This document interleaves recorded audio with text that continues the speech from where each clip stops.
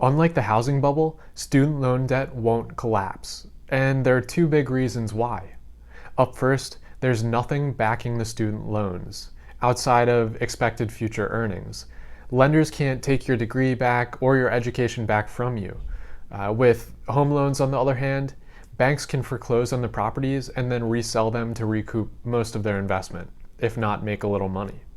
That's one big difference when comparing the two bubbles. Now, the second reason, people drowning in student debt can't use bankruptcy as easily to wipe it out. I've rock climbed with an attorney who specializes in this area of law, and to say the least, I've gained some unique insight, which I've paired with my understanding of financial markets. It's a myth that you can't reduce or eliminate student loans with bankruptcy. The truth is that it's just really hard to do. In 1998, Congress removed student debt dischargeability and only gave one exception. If a debtor could prove that repaying the loans would create what's called an undue hardship. Then in 2005, Congress extended that to private student loans as well. Now, proving undue hardship to wipe out student debt is a challenging process, so most people don't even try. They're just happy to reduce credit card and other debts with bankruptcy. With this insight, you now know why the student loan bubble won't collapse.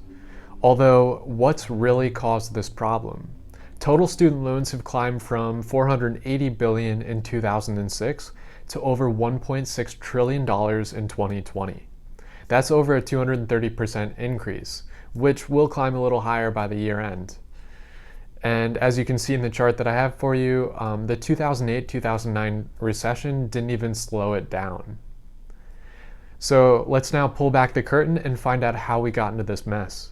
Many people overlook these next two core problems. And before we dive in, I'd really appreciate it if you just tap that like button down below, as well as subscribe to my channel if you haven't already.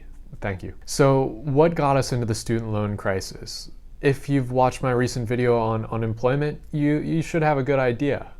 I've linked to that video here, and I'll also drop it down in the description below. Just a quick recap, true unemployment is climbing. The numbers that most politicians use exclude discouraged workers, students, and a few other groups completely from the equation.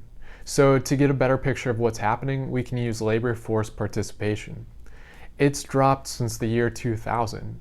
Even with this recent, or the longest bull market in US history, which recently ended, it saw a decrease, or there was a decrease in labor force participation, and it's not a great sign. Our economy has already replaced millions of jobs with software and other technologies. Automation is improving at a faster rate, and already new jobs can't keep up.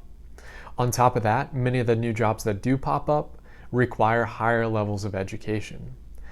So people are forced into school longer to obtain many of the new jobs, or at least the good jobs.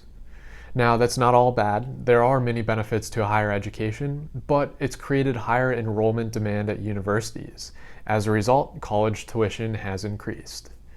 For example, I graduated in 2014 and was paying about $20,000 a year, and that was for public in-state college. So many people are paying more for private or out-of-state college. And also, luckily, I had some scholarships which helped. Now to compare, my dad paid only $2,000 about 40 years ago, and that's annually, both numbers. So that works out to over a 400% increase in cost and easily outpaces inflation. This increase in education cost is largely from the new economic paradigm we've entered. It's the first core problem that's led to the student loan debt crisis. Now, the second problem comes from the heavy-handed government. The first government-backed student loans showed up over 50 years ago. The Higher Education Act of 1965 set the stage for more government action. Of course, politicians created this act and following programs with good intentions, but it's made the student loan problem worse. There's a reason private loans cost more on average than the government loans. It simply doesn't make sense to offer many of the loans the government has given. For example, lending, let's say, $30,000 a year to most art or political science students doesn't make sense, along with many other degrees out there. According to Glassdoor, the average base pay for a political science salary is just over $48,000, and recent graduates starting out likely will make less on average. The math just doesn't make sense, and millions of graduates are struggling to make ends meet. The government, of course, is well intentioned, but its student lending programs are a far cry from their original roots. The government is an enabler of many bad loans, and many students don't know any better. Universities and other education institutions have enjoyed this artificial demand. It's allowed them to push tuition fees higher.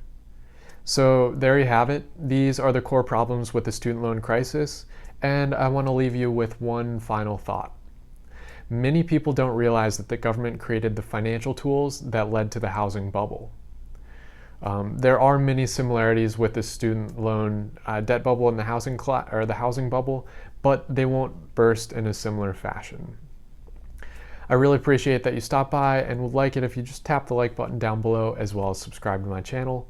As always, please let me know if you have any comments or questions down below.